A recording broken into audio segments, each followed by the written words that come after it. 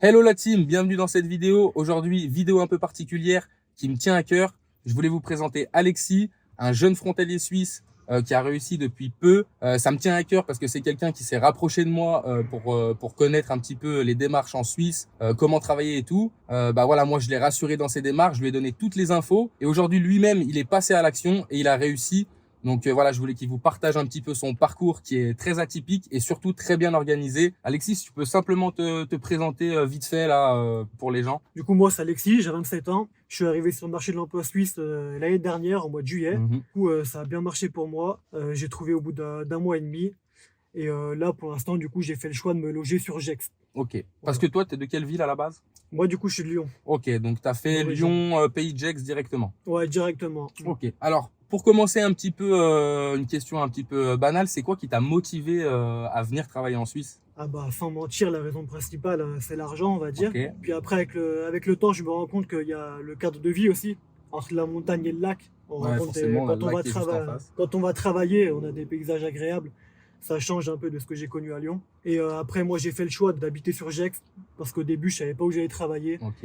Et du coup, on m'a conseillé de choisir Gex. Comme ça, je peux travailler aussi bien sur Genève que sur Lausanne, voire même un peu plus loin si besoin. Peut-être qu'au niveau du métier que tu exerces, peut-être que géographiquement parlant, c'était plus stratégique de se mettre de Mhm. ce côté-là de Genève. Au niveau de ta transition entre Lyon et le Pays de Gex, comment tu as organisé un petit peu tout ça? Alors moi, j'étais déjà inscrit dans une bonne boîte Ok. à Lyon. Donc je voulais pas perdre mon emploi et je voulais pas non plus démissionner. J'ai pris une année sabbatique qui a été acceptée rapidement. Mhm. Et du coup, j'en ai profité pour essayer de travailler en Suisse. Donc toi, en fait, ce que tu as fait, c'est que tu as d'abord pris une année sabbatique en France, tu as déjà vu Mm. ça avec ton patron en amont, Ouais, et ensuite tu as organisé ton déménagement pour travailler en Suisse. c'est ça. Et franchement, je trouve que c'est vraiment quelque chose de très pertinent parce que voilà, le risque, bah, il est minimisé. Si demain, bah, en Suisse, ça se passait mal ou Ouais, qu'on t'embauchait pas par la suite, tu aurais pu retrouver ton travail que tu avais en France et revenir sur les bases que tu avais. c'est ça. Donc je trouve que cette organisation-là, c'est voilà, c'est vraiment un parcours que je voulais vous présenter parce que je trouve que c'est une très belle organisation de sa part. Il y en a pas beaucoup qui prennent des années sabbatiques pour tenter une nouvelle aventure. Et franchement, ça, je trouvais que c'était top, quoi. Donc franchement, c'est top. Et je voulais savoir aussi par rapport à ta transition, dans quel logement, comment tu as fait pour trouver un logement et dans quoi tu habites. Alors du coup, le logement, je pense que même encore aujourd'hui, c'est ce qui est le plus compliqué pour moi. Mhm. Étant célibataire, pas d'enfants et autres, je suis vraiment tout seul. Ok, Donc pour trouver un logement, c'est compliqué. ok, Donc j'ai commencé par 2 mois de Airbnb dès mon arrivée. Après, dès que j'ai trouvé un emploi, j'ai pu me projeter un peu plus long terme. Donc j'ai commencé à chercher un appart que j'ai toujours pas trouvé d'ailleurs. Donc je suis parti sur une colocation que j'ai trouvé sur le bon coin. ok. Et actuellement, je cherche un appartement. Ça fait maintenant 9 mois. Donc là, ça fait 9 mois que tu as commencé à travailler en Suisse. Tu as Mm. commencé par un Airbnb pour, on va dire, pour plus de facilité, pour pouvoir C'est travailler ça. rapidement. Là, tu es en colocation, donc on va dire, tu as minimisé tes coûts. Tu es quand Ouais. même un peu plus stable et tout. Mm. Mais voilà, le but, c'est quand même que tu recherches ton appartement à C'est toi, ça. que tu Ouais. commences à te stabiliser dans la Mm. région. Ouais. Donc voilà, Alexis, il est encore dans cette période-là où il est encore en train de se chercher, de se stabiliser. Mm. Donc déjà, il a fait le plus gros, il a trouvé son travail. Maintenant, il faut qu'il se stabilise au niveau du logement, de tout ce qu'il va faire un petit peu dans sa vie autour de ça. Mais voilà, c'est très intéressant de partager ça, je pense, parce que c'est vrai que voilà, c'est très compliqué de trouver un logement, on va pas se le cacher. Mais vous voyez, il y a toujours des solutions, pardon, pour ça.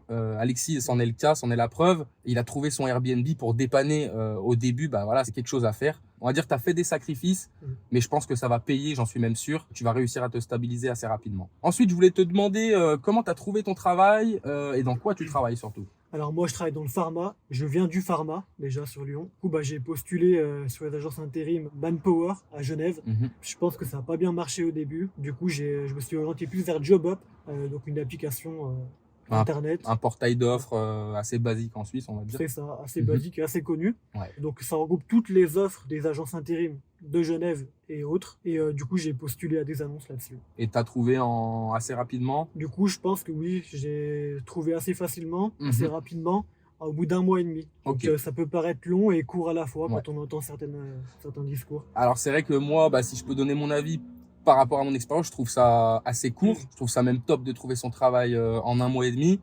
surtout sur JobUp, parce que voilà, sur JobUp, il y a énormément de concurrence. Tout le monde fait un petit peu ça. C'est quand même assez compliqué de se démarquer. Maintenant, à l'heure d'aujourd'hui, bah, je vais pas vous cacher, il y a toujours le timing, il y a toujours un petit coup de chance. Je pense que c'est un petit peu ce qui s'est passé pour toi. Je pense que voilà, l'usine qui recrutait à ce moment-là, bah voilà, ils ouvraient des nouveaux postes, il y avait beaucoup d'opportunités qui se présentaient. Alexis arrivait au bon moment, il était disponible. Et c'est comme ça que je pense que tu as réussi à trouver assez facilement, assez rapidement. Ouais, je pense. Donc non, franchement, c'est top. Ensuite, bah du coup, une question un petit peu personnelle. On va arriver dans le vif du sujet. Ce qui peut intéresser pas mal de personnes, c'est combien tu gagnes maintenant en tant qu'ouvrier à l'usine dans le pharmaceutique et combien tu gagnais avant. Du coup, pour commencer, bah, moi déjà avant, j'étais à 2100 euros net Ok. en France, du coup à Lyon. Donc c'était pas terrible, je vais arriver à mettre 200 euros de côté par mois à peu près. Ensuite, du coup, en partant travailler en Suisse, actuellement, je suis à 32 francs bruts. De l'heure, hein, c'est ça? De l'heure, Ok. c'est ça. Ok. Du coup, après déduction d'impôts et autres, en rajoutant mes primes, parce que dans les usines, on a toujours des primes à droite à gauche, je suis aux alentours des 4007, 4009 net, avant impôt par contre. D'accord. Avant Oui, parce impôt. que toi, alors faut préciser, il est dans le canton de Vaud, c'est ça? Donc voilà, au niveau de l'imposition, au niveau de la fiscalité, c'est un peu différent que le canton de Genève, par exemple. Lui, il va payer ses impôts en France. Donc c'est vrai que c'est un peu, voilà, il les paye pas à la source, il les paye à la fin de l'année. Donc faut calculer en fait les impôts dans son salaire. Toi, t'es obligé de les prendre en compte pour vraiment voir le salaire net qui se fait, quoi. Donc ouais, tu nous as dit que tu es à peu près à 4900 francs avant impôt, du coup. C'est ça. Ok, donc ouais, dans ta situation, tu vas payer quoi? Tu vas payer 1000 francs d'impôts, je pense. Je pense plus ou moins, parce Par qu'après les mois. impôts, c'est propre à chacun selon les Voilà, situations. c'est Donc ça. enfants, femmes et autres. Mhm. Mais en tant que célibataire, c'est comme, vu que je paye mes impôts en France, c'est le même processus, c'est-à-dire qu'on paye environ 1 mois et demi, 2 mois de salaire, Ouais, plus ou moins. plus ou moins. Donc oui, on n'est pas loin, au final, on n'est pas loin des 1000 francs, mais Voilà, donc ça. entre 700 et 900 francs, je dirais, Ouais. je pense. Oui, à l'année, on va dire, en une fourchette, mois. ça va être 10 000 francs d'impôts Ouais, pour ouais, l'année. plus ou moins. Voilà. Ouais. Donc voilà, t'enlèves 900 francs par mois pour mensualiser tout ça sur 12 mois. Ouais, ça te fait quoi? Ça te fait 4000 euros net. Ouais. Par là. Voire un petit peu plus parce que le taux de change, aujourd'hui, il est favorable pour nous. Donc ouais, t'es autour des 4200 euros net. Ouais, ouais. Voilà. Pour une première expérience en intérim. Ouais, Et tu me en disais que intérim, dans ta boîte, une fois que t'es embauché, bah voilà, forcément, le taux horaire, il augmente, le salaire, il augmente. Ouais. Donc voilà, c'est qu'une question de temps. Au début, bah voilà, c'est un peu compliqué de trouver des travails qui payent vraiment. Je trouve que voilà, pour commencer, se faire une bonne expérience dans le pharmaceutique, c'est très important en plus. 4000 francs, c'est quand même un très bon salaire pour commencer. Voilà, après, il y a encore, t'as encore tes preuves à faire. Je pense que tu vas évoluer. C'est clair, ouais.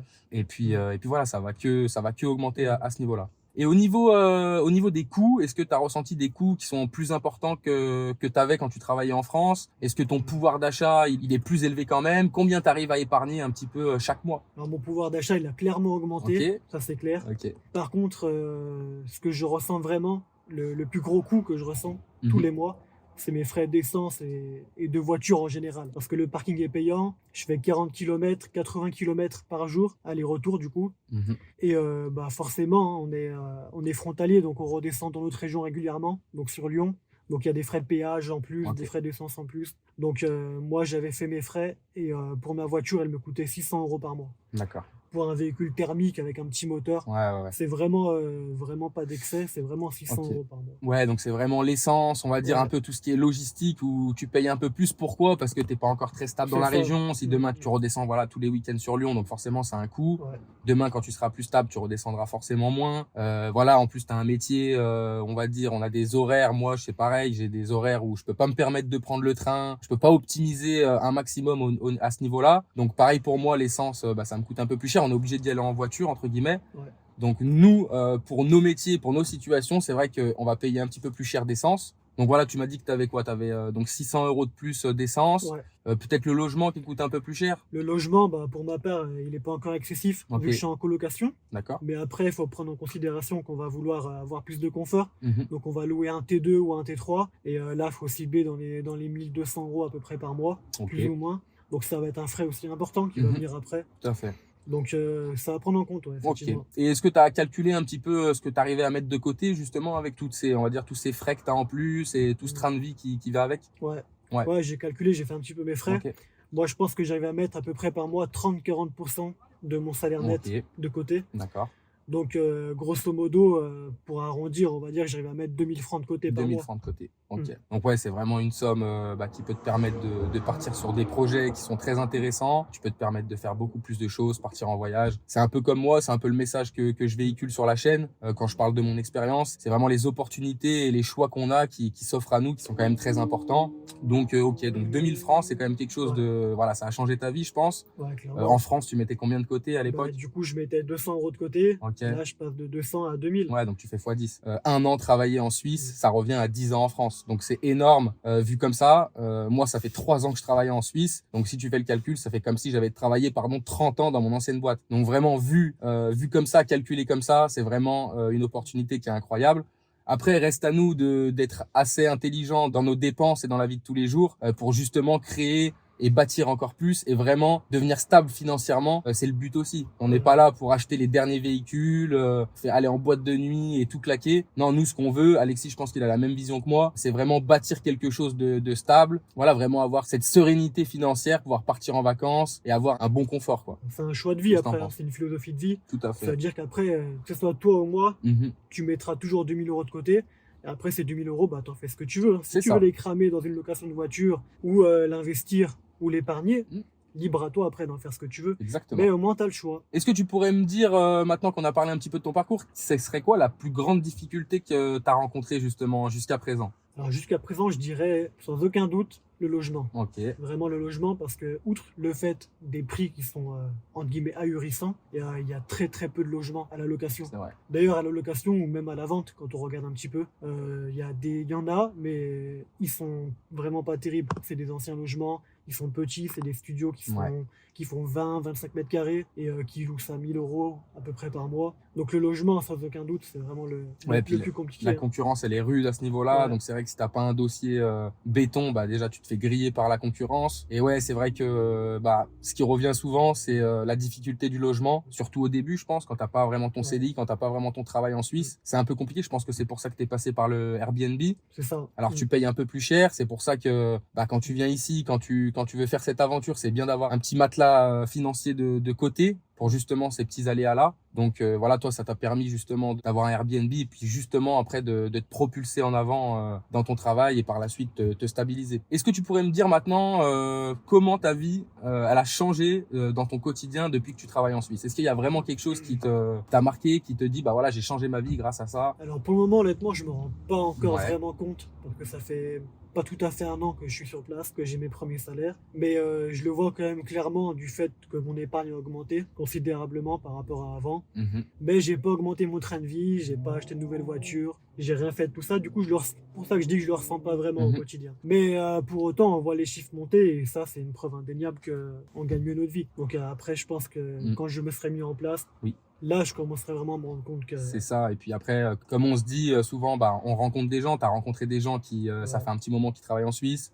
Ils investissent énormément, que ce soit dans l'IMO ou dans d'autres choses. Donc voilà, on est toujours en train de... J'ai envie de dire, l'argent appelle l'argent, les opportunités appellent les opportunités. On rencontre toujours sans cesse de nouvelles personnes qui ont des projets qui sont très intéressants, des gens qui investissent dans des choses qui sont très intéressantes. Voilà, ça fascine, ça motive et ça donne envie de faire la même chose et de toujours...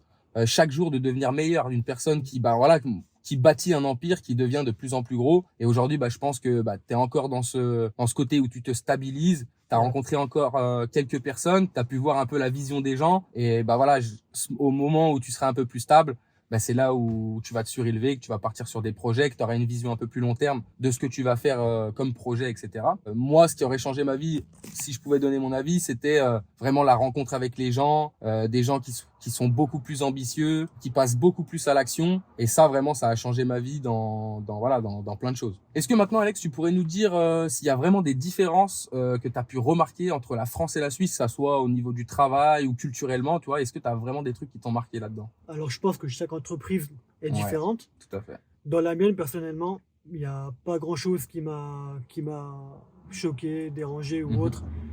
Ce que j'ai remarqué éventuellement, c'est que il y a beaucoup de... On parle un peu l'anglais quand même dans l'entreprise. Ok. Il y a pas mal de mots qui reviennent. Après, à part ça, il y a quand même pas mal de frontaliers. Du coup, je suis pas dépaysé. Beaucoup de Français dans l'entreprise. Moi, j'ai le même ressenti que toi à ce niveau-là. Quand je suis arrivé dans ma boîte, énormément de frontaliers. Donc, finalement, tout ce qui est... Bon, ok, on a quand même la culture du travail suisse avec les lois, etc. Il y a quand même en général une culture qui est à peu près différente. Mais c'est vrai que le fait qu'il y ait énormément de frontaliers, on va dire la population de l'entreprise reste française. Et c'est vrai que on voit pas vraiment de différence. Contrairement à ce qu'on peut croire en disant, moi en tout cas, au début, avant que je vienne travailler ici, on me disait non, les Suisses, voilà, ils sont méchants avec les Français, ils veulent plus de Français, ils veulent plus de frontaliers. Quand je suis arrivé dans ma boîte, il y avait que des frontaliers. Donc voilà, c'est quelque chose, c'est important de le dire. Souvent, on a peur, on se dit ouais, je vais arriver dans quelque chose de nouveau, totalement différent, mais c'est pas le cas. En tout cas, nous, dans nos métiers, dans nos situations, ça n'a pas été le cas. Et pour la dernière petite question, Alex, je voulais te demander, est-ce que toi, travailler en Suisse, ça a influencé ta perspective, ta vision pour l'avenir, de tes finances, de ta vie? Je pense que moi déjà à la base, j'avais déjà une vision d'entreprendre, de pas juste être salarié, même s'il n'y a pas de mal à ça, mais j'ai toujours voulu faire un petit peu plus à côté. Et je pouvais pas vraiment le faire avant. Et du coup, là, aujourd'hui, je peux le faire, donc je vais le faire. Tout à fait. Et surtout, ça me permet vraiment de concrétiser ça. Des projets qu'on avait en tête, aujourd'hui, on peut les mettre en application. Donc, certaines choses que j'aurais pensé impossibles, aujourd'hui, je me dis, pourquoi pas? Je peux peut-être le faire dans 1 an, 2 ans. Et puis, tout le monde te tire vers le haut, c'est-à-dire que tout le monde a ses petits projets en tête, tout le monde rêve de faire ci, de faire ça. Et du coup, t'es inspiré, t'es vraiment inspiré par les gens autour de toi qui te parlent de leurs projets. Et ça peut que te pousser à en faire plus, en fait. Moi, je suis d'accord avec toi. C'est vrai que depuis que je suis en Suisse, les gens, ils te tirent vachement vers le haut. Voilà, moi, j'ai rencontré des gens, ça faisait 10 ans, ils avaient presque le même âge que moi, ça faisait 10 ans qu'ils travaillaient en Suisse. Je vous explique même pas la différence de revenus qu'ils avaient par rapport à moi. Ces gens-là, voilà, ils ont investi énormément. Donc ça te tire vers le haut en fait de rencontrer des gens qui sans cesse veulent faire mieux, veulent devenir encore plus libres, etc. Ça c'est vraiment quelque chose qui est très important. Enfin en tout cas moi ça m'a marqué en Suisse. Donc voilà, c'est la fin de la vidéo. J'espère vraiment que cette interview, elle vous aura plu. En tout cas, je te remercie vraiment, Alexis, de t'être présenté. Ça me tenait à cœur, comme je l'ai dit en début de vidéo, parce qu'on se connaît d'un petit peu d'avant. Et puis voilà, c'est quelqu'un que j'ai un petit peu aidé, que voilà, ça m'a vraiment fait plaisir qui m'appelle et qui me pose des questions pour savoir comment j'ai fait pour travailler en Suisse, des informations, tout ça. Et ce qui me fait encore le plus plaisir, c'est que lui, il est passé à l'action lui-même et puis il a réussi. Et aujourd'hui, voilà, si il peut encore évoluer dans sa vie professionnelle ou même personnelle, franchement voilà, c'est que de la gratitude pour moi. Et franchement c'est vraiment quelque chose qui est important pour moi, c'est d'aider les gens comme moi j'ai pu le faire avant. Ça a changé ma vie. Si aujourd'hui je peux permettre aux gens ne serait-ce que de se poser des questions ou d'élargir leur vision, de s'ouvrir l'esprit, de changer leur vie, franchement voilà, c'est tout bénef pour moi. Donc voilà, merci Alex à toi de t'être présenté. Merci à vous pour votre écoute. N'hésitez pas à vous abonner, à liker la vidéo, à me dire si cette vidéo était pertinente pour vous. Allez, ciao la team, à bientôt, ciao ciao.